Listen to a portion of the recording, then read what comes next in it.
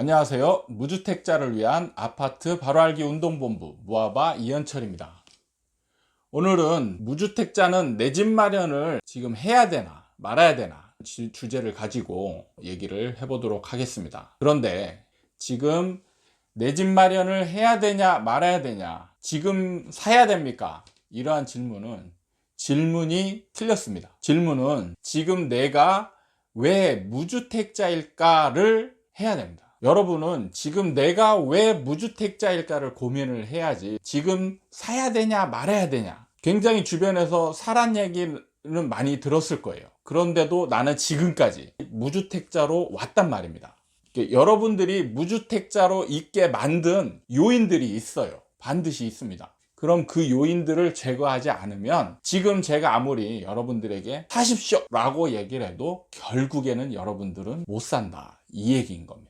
그러면 이 요인들에 대해서 하나하나 살펴보도록 하겠습니다. 자, 무주택자는 크게 두 부류로 나눌 수가 있습니다. 하나는 아예 집을 사려고 하지 않는 분, 사실 이분들은 말할 필요가 없습니다. 집을 사려고 하지 않기 때문에 고민 자체를 할 필요가 없죠. 그리고 이분들은 어쩌면 이 동영상을 보지 않고 계실 가능성도 굉장히 높습니다. 그리고 두 번째는 집을 사려고 하는데 무주택자인 분. 자, 이분들이 중요한 것이죠. 이분들이 사려고는 하는데 계속 무주택자. 그러면 왜 무주택자일까? 이걸 고민해야 됩니다. 크게 세 가지 정도로 나눌 수가 있어요. 그거에 대해서 지금부터 얘기해 보도록 하겠습니다. 첫 번째는 가족의 문제입니다. 뭐냐, 어느 한 분이 열심히 집을 알아보러 다녀요. 뭔가 이제 살 계획을 잡고 왔는데 집에 와서 남편 아니면 와이프하고 상의를 합니다. 그런데 그분이 첫 번째 이 제외했던 이 부류에 속하는 분이다. 그러면 어떻게 되겠습니까? 그러면 결국에는 못할 가능성이 많죠. 부정적인 분을 가족 중에 이길 분은 제가 볼 때는 없다고 보아집니다. 사실 제가 먼저 동영상에 올린 게 있어요. 계약하면 이혼해 라는 제목이죠. 그분 같은 경우도 엄청나게 부동산 공부를 하고 확신을 가지고 혼자 오셨다가 결국에는 저랑 상담하고 계약을 하려고 확신을 가지고 집에 갔는데 와이프가 이혼하자는 소리에 저한테 이 계약을 못하겠다라고 통보를 하러 왔었던 분입니다. 결국 계약은 하긴 했지만 이 부정적인 분에게 100% 지게 돼 있어요. 여러분들은 이분들을 설득할 논리력도 별로 없고, 그리고 부정적인 분이 좀 더 적극적일 가능성이 많습니다. 왜냐하면 어떤 심리학자가 얘기를 했는데 사람은 긍정적인 쪽보다 부정적인 쪽에 2.5배나 더 극렬하게 반응한다 라고 데이터 실험 결과를 얘기를 했었습니다. 저도 완전히 맞다라고 생각을 해요. 상담을 해보면 대부분의 사람들이 본인이 의도하든 아니든 그쪽으로 행동하게 되어 있어요. 손실을 회피하는 쪽으로. 부정적이면 안 사는 게, 떨어질 것 같으니까 안 사는 쪽으로 가는 게 맞는 겁니다. 그렇기 때문에 가족 중에 한 분이 완전 부정적인 분에 속하면 굉장히 계약하기가 어렵다. 이분은 두 분이 어떻게든 얘기를 하셔서 넘어가는 쪽으로 이렇게 타협을 보셔야 됩니다. 저 같은 경우도 저희 와이프 재테크나 이런 거에 전혀 관심이 없었습니다.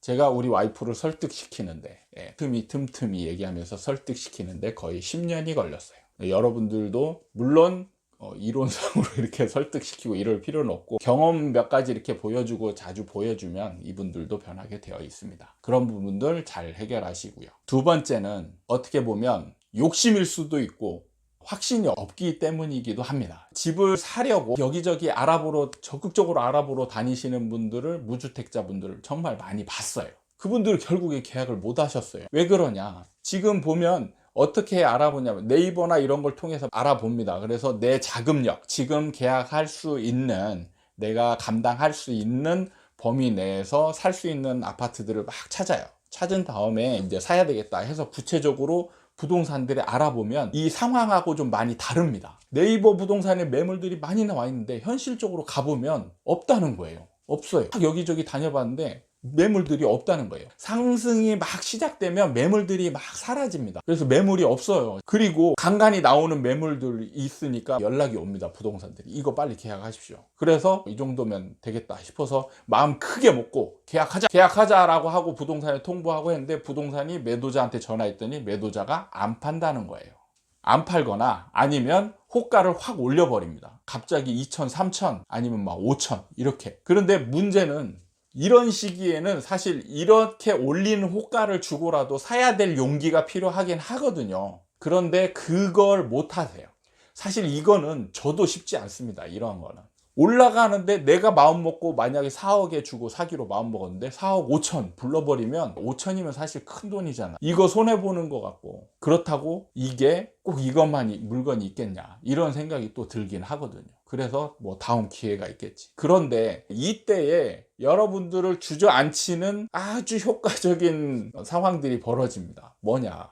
정부의 규제죠. 지금 보면 상승이 시작되고 규제들이 뭐뭐 나왔냐면, 박근혜 정부 때 2차례인가 규제가 나왔고, 문재인 정부 때 큰 규제 2차례가 나왔어요. 왜냐하면 규제가 한번 나오면 여러분들은 올라간 것이다 라는 것에 대한 확신은 없거든요. 그냥 분위기 때문에 막 뭔가 막연히 사야 되지 않을까 이런 생각을 하고 있는데, 규제가 딱 나온단 말이에요.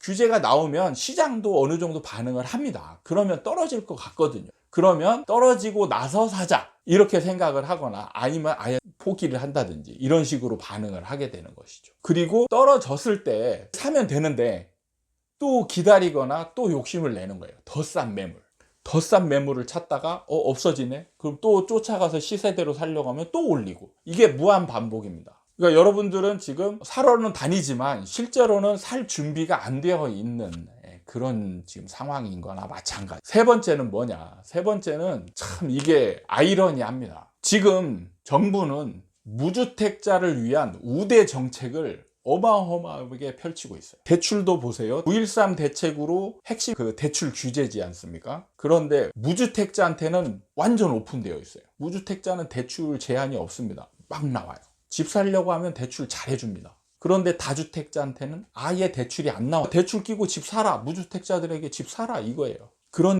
혜택이 있고, 청약 보세요. 청약은 오로지 무주택자만 받을 수 있어요. 지금 시점에서. 그러니까 무주택자들을 위한 혜택이 너무나 많습니다. 그런데 문제는 이 혜택이 여러분들을 주저앉히고 있는 거예요. 그러니까 청약에 기대하고 있는 사람 정말 많습니다. 그런데 청약에 당첨되려면 가점이 높아야 되잖아요.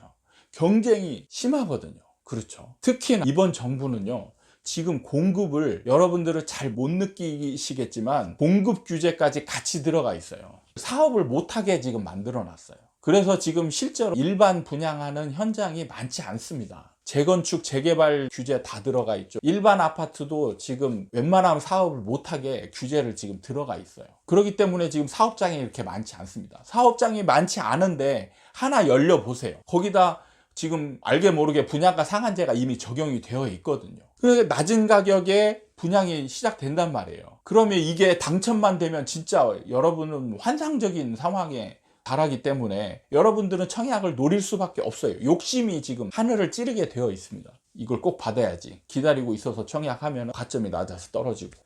물론 가점이 충분히 높은 분들, 부모님 공양하고 내가 무주택 기간 엄청 길고 자녀도 엄청 많고 이런 분들은 당첨될 확률 많죠.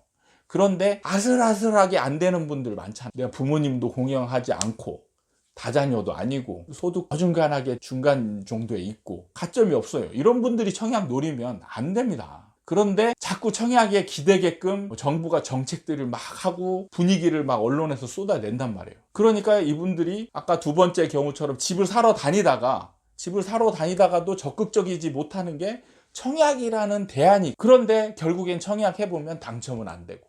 이렇게 세 가지 크게 나눠보면 세 가지 어떻게 보면 제약 요건이죠. 여러분들이 집을 사는 데 있어서 제약 요건이 존재를 합니다. 근데 이런 얘기를 하는 분들은 아무도 없어요. 그냥 집 사라 지금. 그러면 집 사라고 하면 다 사는 줄 알아요. 그렇지 않다는 거죠. 여러분들은 집을 사고자 하지만 안 되는 거예요. 여러분 힘으로 극복할 수 있을지 없을지도 잘 모르는데 지금 내가 어떤 제약 요건에 걸려 있는지 그거를 곰곰이 생각해 본 분들도 거의 없을 겁니다. 그래서 제가 이걸 알려드리는 거예요. 내가 지금 어떤 조건에 해당되는지, 그걸 극복할 수 있는지, 그거를 분명히 아셔야 됩니다. 그리고 저랑 이렇게 공부를 같이 하다 보면 이것을 극복할 수 있는 마인드가 형성이 될 것입니다. 여러분들은 너무 조급해하지 마세요. 사이클이기 때문에, 사이클이거든요. 부동산은 지금 영원히 올라가는 것만 있지 않아요. 절대. 제가 장담합니다. 100% 사이클이에요. 언젠가는 떨어지고 다시 그 떨어졌던 게 올라가고, 그리고 지금 다른 사이클에 있는 다른 시장도 있어요. 그러니까 내가 준비만 돼 있으면 언제든지 살 수 있는 기회가 많습니다. 그리고 제가 지금 드리고 싶은 정말 절실한 조언은, 왜 하필 지금 살려고 하시는 거냐. 바닥권에서 그렇게 살 기회가 많았어요. 돈이 없어서 아니에요. 그때는 내가 살 집만 아니면 1,000만 원, 2,000만 원만 있었으면 사. 그런데 여러분은 확신이 없었기 때문에 못 사신 것이죠. 지금부터 확신을 가지시면 충분히 바닥권에서 사가지고 장기 보유하세요. 장기 보유하시면 진짜 어마어마한 수익이 생깁니다. 그 점 명심하시고 공부하셔야 됩니다. 그래야 확신을 가지죠. 지금 부정적인 요소들이 너무 많아요. 부정적인 분들은 이 부정적인 요소를 보고 부정적일 수밖에 없어요. 이걸 극복할 줄 알아야 됩니다. 오늘은 여기까지 하고요. 또 다음 동영상에서 다른 주제를 가지고 여러분들을 찾아뵙도록 하겠습니다. 감사합니다.